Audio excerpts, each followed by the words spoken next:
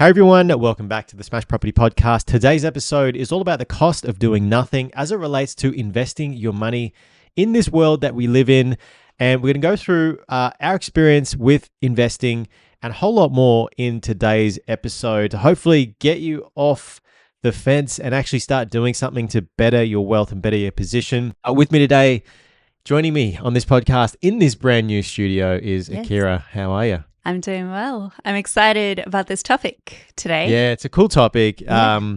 It is related to property investing, but more broadly, I was thinking about before. We're obviously buyer's agents. We run a buyer's agency business and we're obviously dealing with investors all the time. But this episode, I want to talk to it more from the perspective of there was a point in time where I wasn't an investor. Mm-hmm. There was a point in time when I had a whole bunch of debt, car loans, credit cards, toll notices that were piling up like this thick. I was just not smart with money. But there was a point in time when I realized, hey, if I'm just continuing to do this same thing over and over again, go to work, try and earn more money. If the money's not doing anything after I earn it, then I'm going backwards. And we're going to explain a little bit more about that in today's episode. But before we do any of that, any news stories, anything cool you can share with us? Hello, client stories. I had 2 settlements today with a couple of clients. Yes. One amazing client settled today and got pre-approval for the second property. Boom. All in one day. Yeah, love that. She's a gun. She's ready to go already. Yeah, I can't wait to not even hesitating. She's like, when can I do the granny? Can we do it now? I love I'm that. very excited about that. I feel like the like-mindedness that we're tracked in with the clients is very special because it's building beyond just a client relationship. I feel like we're getting to know them as individuals, the actual goals. Yeah, so it is special. It is sick. It is awesome. I was doing some interviews today for one of the roles that we got, and then someone asked me. Actually, a few people asked, like, what is it about the team, like specifically our team, that I really like. And the clients, and it was just the first answer I had was like seeing our team grow, like seeing Dan grow, and all. It's really cool to see growth in people, and then obviously seeing that in clients as well. Yes, like not only their wealth growing, but just their knowledge about the whole thing. And it's so funny, like at the start, everyone's like real skeptical about, is this going to work? Like, what's going to happen here? And then the settlement conversations that we have, like today, right? The 2 that settled, they're just like, when can we do this again? Yeah. Like, you know what I mean? It's a high. Yeah, it is cool.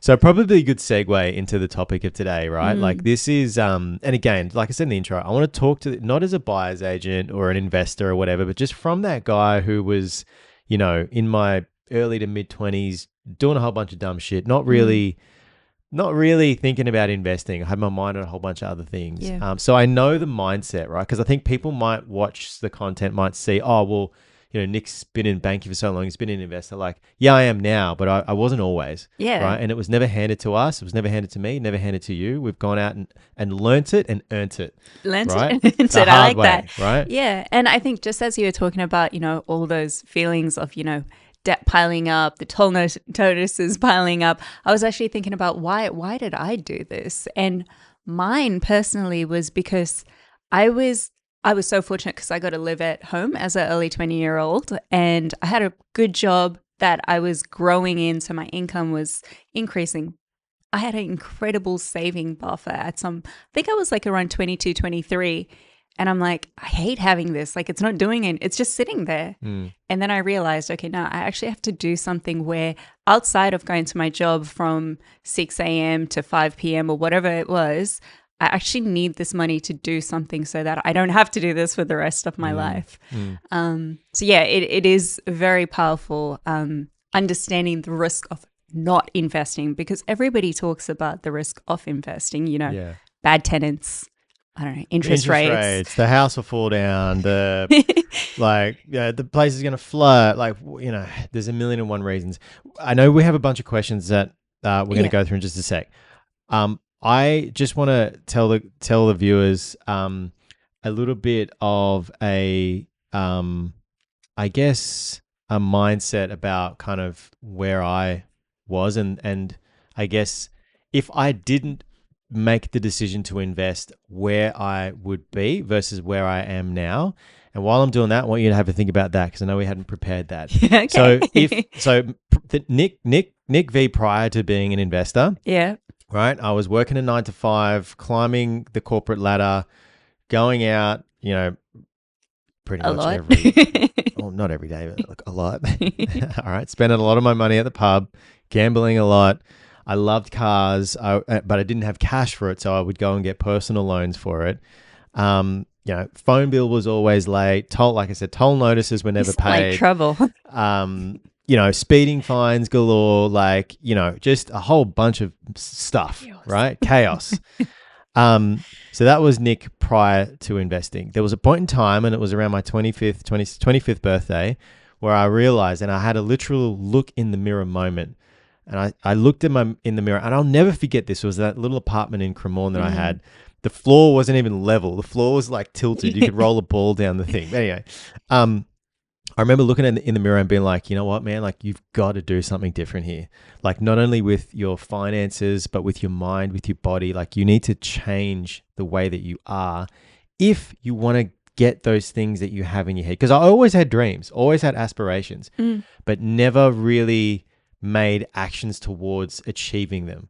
It was always like, yeah, I'll do it at some point, but never really made the actions to do it until that time. Right. And at that time, I had a whole bunch of debt to pay down before I could even invest anything. So I spent a few years climbing the corporate ladder, earning more money, getting all my shit together, paying the debts down, getting all the toll notices paid, paying all my fines, up to date with everything. And then I could focus on moving forward. The Nick now, right? I think I run my life. I was just looking earlier today. There was so much, because we moved up to here, there was so much admin that we had to do. Yeah. Right. Pain in the ass to do, but I'm like, this has to get done. All right, we need to do this. But the lifestyle now, I guess, post property investing is we're able to work with amazing people in our team, work with amazing clients, right? Not necessarily pick and choose when we work because of the business that we've chosen to work, but we love it, love it to death, right? And it's allowed us to have more of a lifestyle that fits us, right? We're able to live in a location that suits us, do the things that we like to do when we like to do it. Now, I'm not sitting here saying we're, absolute, ballers or whatever, but we've got a very amazing life that we're able to live thanks to property investing. Yeah. Because if I didn't have property, I would probably still be at the bank earning whatever money it was, but I will be stuck on that hamster wheel for eternity. Right? I wouldn't be able to do the things that I love to do. So that's the Nick pre-property. Nick post-property can basically do whatever the hell we want, almost whenever, right? But we've chosen to obviously run a business, and it's great. So if it wasn't for property, the Smash Property wouldn't exist, right? Exactly. It just wouldn't be that way. So I want to throw that to you. What was Akira pre-investing, and what's Akira post-investing? I'm wired very differently. I would say, for me personally, I have been working for a long time. I think as soon as I hit 14 years and 9 months, I was like, I'm ready. I want to get my own job. I want my independence. I always wanted to have, a sense of independence and make sure that I could look after myself.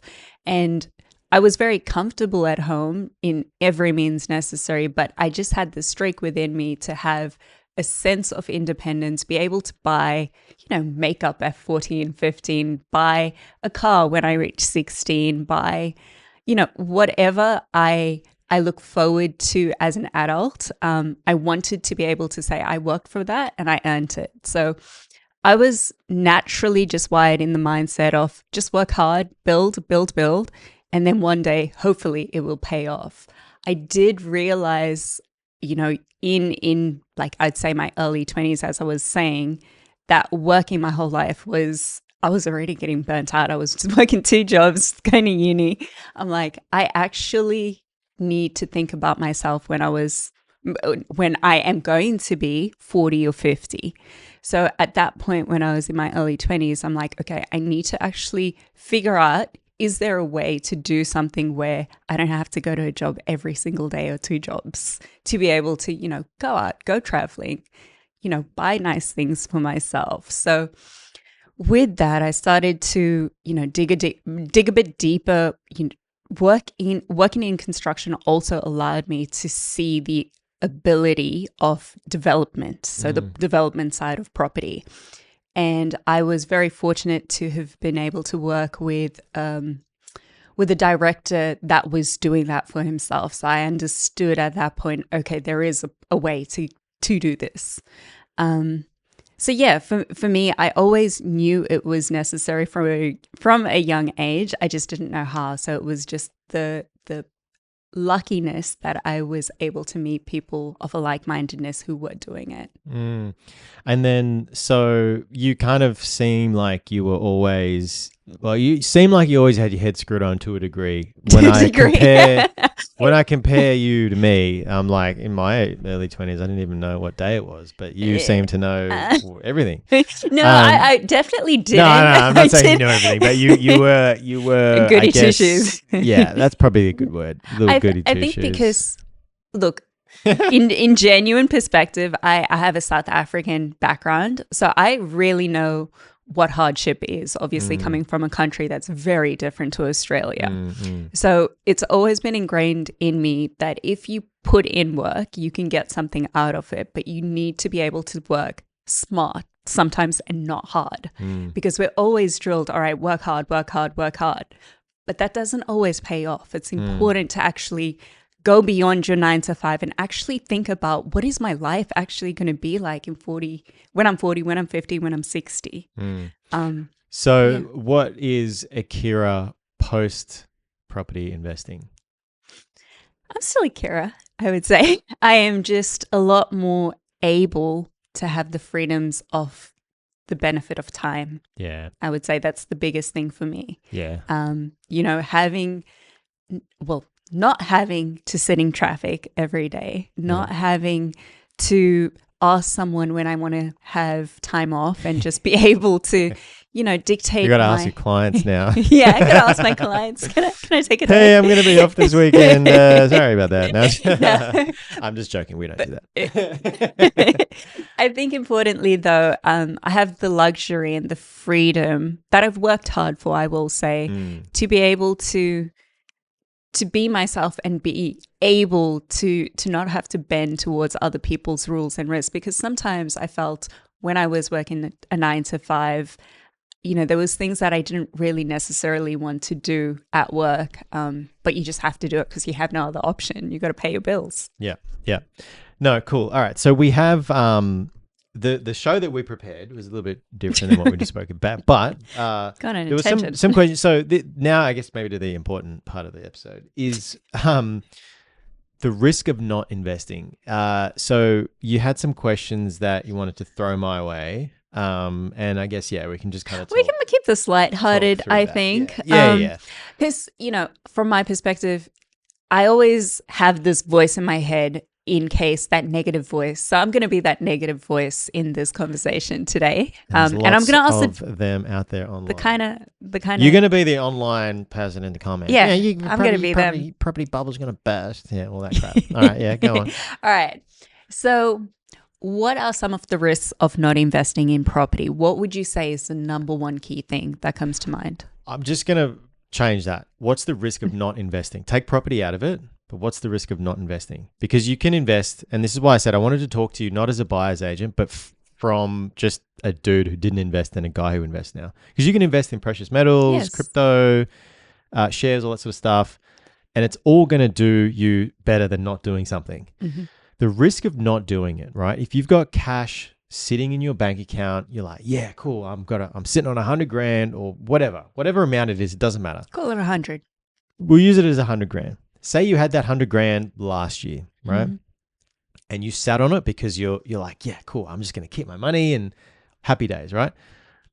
Whatever the rate of inflation has been over the past 12 months, and I don't know the number, but let's just call it 5%. It's probably been higher than that, 7, 8, 9, 10%, whatever. Let's just call it 5%, right? Your 100 grand is now worth 95,000. So you've gone from 100,000 to 95,000. You haven't even done anything. Right, you've been sitting there saving, right? So the risk of not doing something is that you holding onto your cash, it is just getting eroded away with inflation, right? That's, I guess, one risk. The other risk that we were just talking about is that if you aren't doing, if you're not putting your money to work, you're going to have to go to work forever. Yep.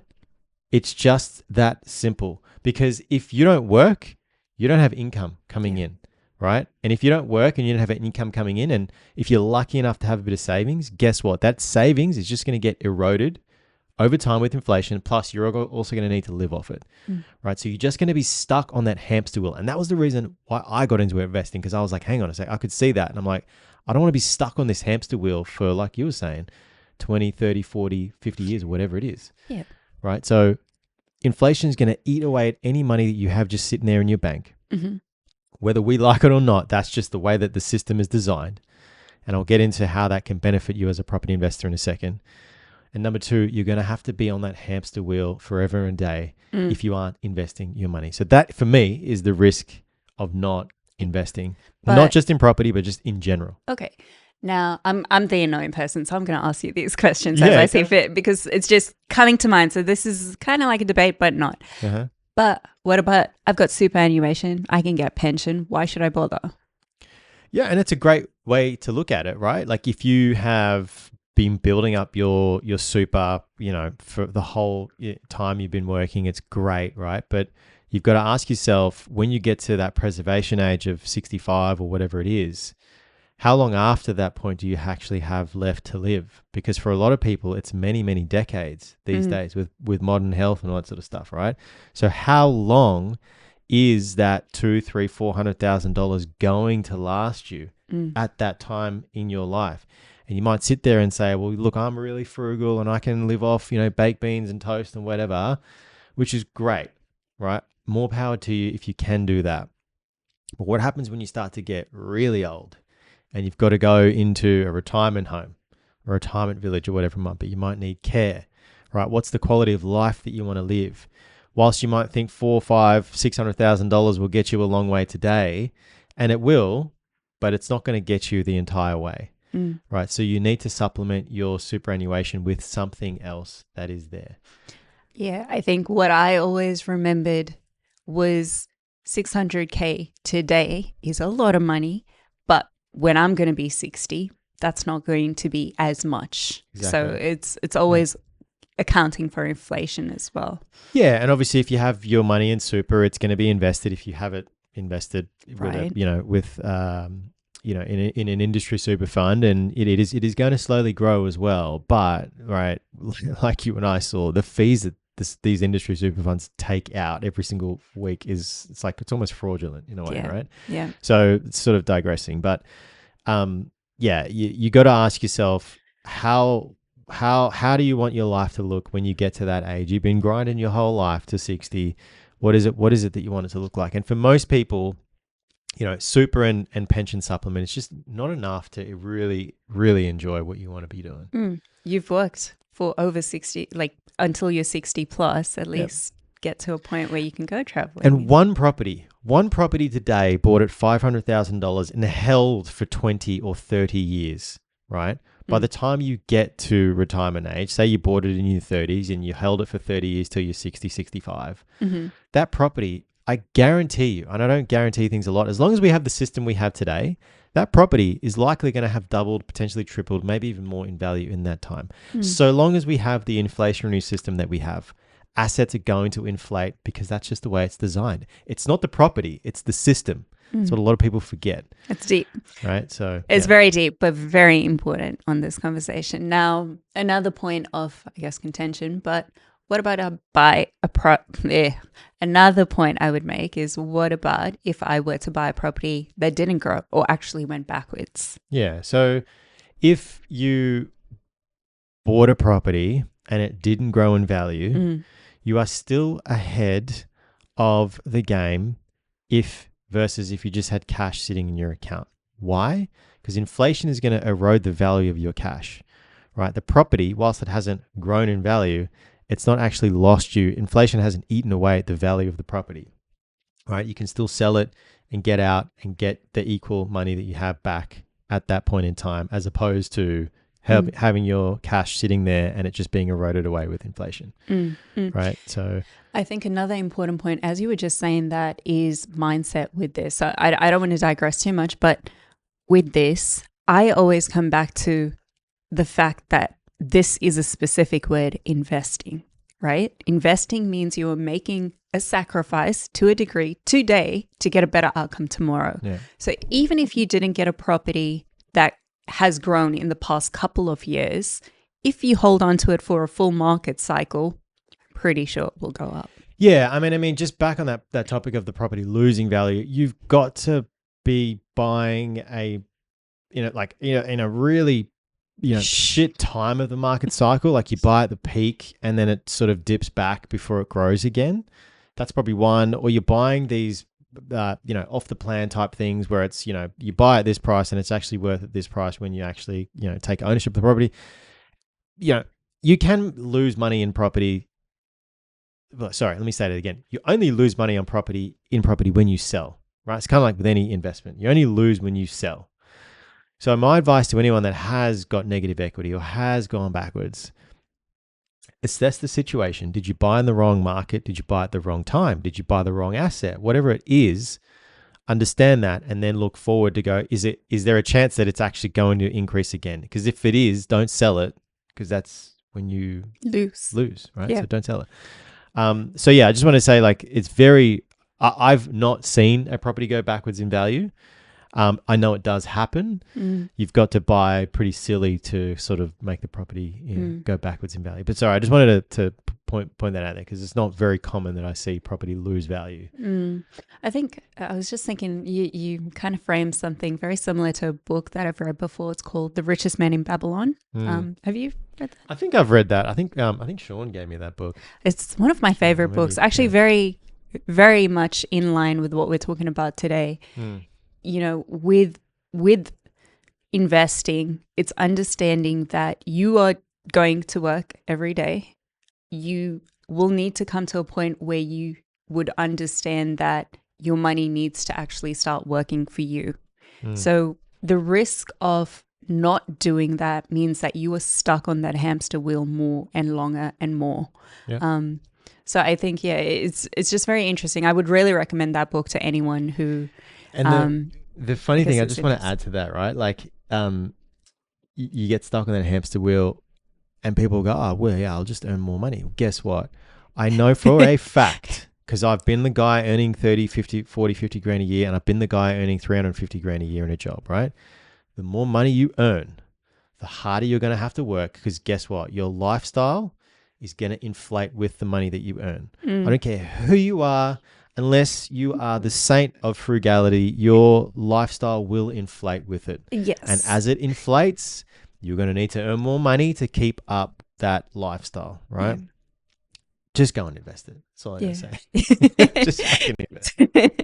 Yeah, it's such a dynamic topic because there are definitely various sides of, the feeling of being too afraid to do it, because there is a lot of, obviously the risk of the monetary system changing, the risk of economy like having issues, the housing bubble popping for whatever reason. I was actually just thinking about the housing. Everybody online seems to be an expert about property, right? I guess because we all live in one. I think we sort of think we know all about it, right? And you hear this often. Oh, the bubble's going to burst. Like, property landlords are going to be, the ones suffering. It's like, I don't know why you'd want to wish suffering on anyone. But anyway, the bubble, people have been saying this whole bubble thing is going to burst as long as in my living memory, right? I'm 30, what am I, 36 now? It's just always a thing, because the people that bring up the property bubble question or problem do not understand how the system works behind it. Because it's not, again, the property that's growing in value, right? It's an inflationary asset. Assets inflate because of the currency and the system that we use. So as long as that system is what it is, assets are going to inflate with it, right? The property market is just a great example of that, because there's a magnifying glass on it because of the leverage component of property, which is why, in my opinion, It's actually the only reason I am a property investor is because of the leverage component, Mm. right? If you want, a higher growth rate, go and put it in crypto or go and put it in Stocks. shares or whatever. That's fine, but you can't leverage your money for the most part when you go and invest in those assets, right? So I control a $500,000 asset with $100,000 of my own cash. You go and put in the share market, it's 100 grand of your own cash and that's it. So, back to that bubble thing. If you are saying that the property market is going to burst, you don't understand that it is not the property market that is growing in value. It's inflation making it seem like it is growing in value. I'll use the precious metals as an example, right? Precious metals are a good example of what money should do, right? If you look at the history of gold, I don't know the actual weight measurement, but there's a specific amount of gold that could have bought you a house 150 years ago, 100 years ago.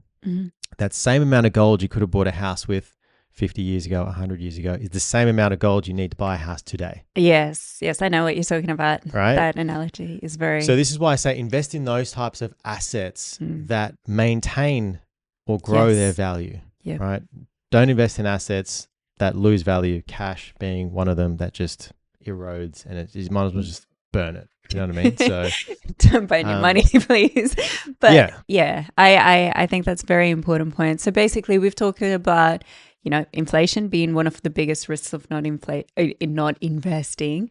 We've talked about what else have we talked about? I don't know what we talked about. To be honest, I feel like we've just had a ramble. I feel like it's a good conversation though. I'm getting more into the mindset of trying to just chat to you and just forget about this being a podcast because I do really enjoy our conversations. Yeah. So the risk, we spoke about the risks of not doing the investing thing. We spoke about why, in my opinion, property is probably the preference. Whole bunch of rambling, and I don't know. You don't have any more questions? I think importantly, I had some noted down. Let me look at them for you. We can't just not drop value. We can turn these cameras on and just ramble. We gotta. Oh, lost compounding. Yeah, what? What's the question? Okay. So property isn't just about rent and growth. It's about leverage. Every year you delay, you're missing out on the compounding effect that you could have working for you. Yeah. I feel like that was a statement more so than a question. I mean, I talk about this when I do the property market updates, right? Like whenever I'm telling the guys about an area that's grown in value, instead of saying, it's grown by 0.7%, I'll put a dollar value to it. Because that's the cost of not doing the investing, right? And a lot of times, for example, Brisbane last month at the median level, if you had have just waited because you were just sitting on the fence to see what the market did, you just cost yourself $11,000. Right? Yeah, it's very much so. So what that question is referring to, and this is why I say to people all the time, what's the best advice that you have for investors is do it as early as you possibly can to take advantage of that compound effect, because the longer you have it, the more of the compounding effect you can have, which is why I was kicking myself when I didn't buy property till my late 20s. And granted, that's not too late at all. But I'm like, man, if there was another 10 years of growth on top of that and compounding. But especially at the time when I bought, because I was starting to invest during that period with, obviously COVID had just happened. There was a lot happening in property in terms of the growth to be had. I was kicking myself that I didn't have a different broker at that time because I always felt handbrakes every time I was like, what can we do to go again? Yeah. So there is a big cost to not taking any action. And I really just want to convey to the viewers out there, we're not saying what we're saying because we're buyers agents or whatever. This is coming genuinely from as people that were not investors at one point in time, that saw the light and now are investors.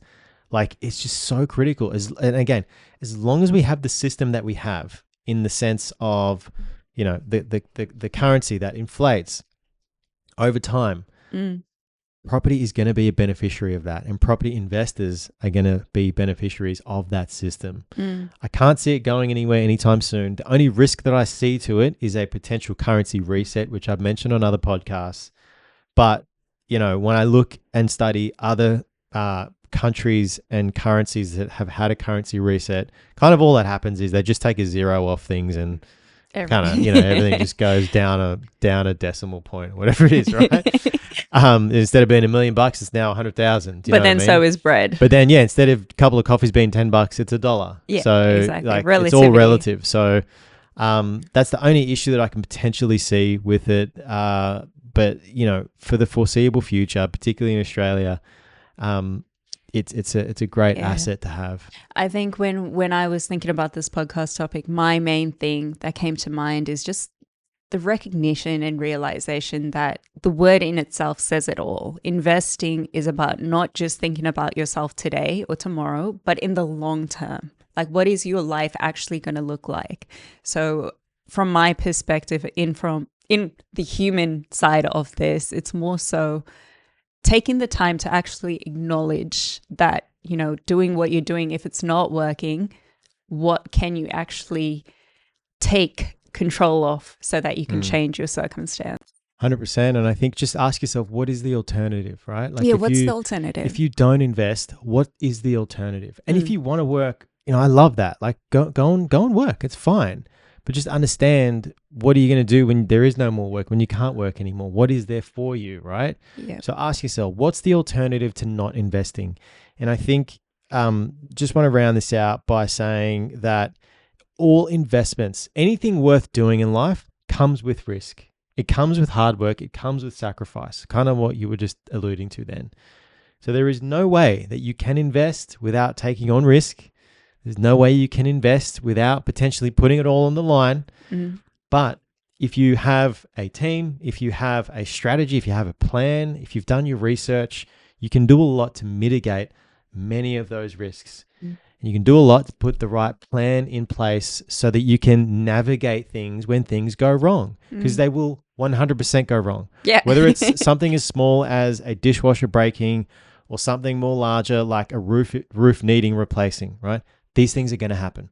So you're best off knowing that it is, have a plan, prepare. We always talk about having buffers in place, having the right insurances in place so you are covered for those sorts of things.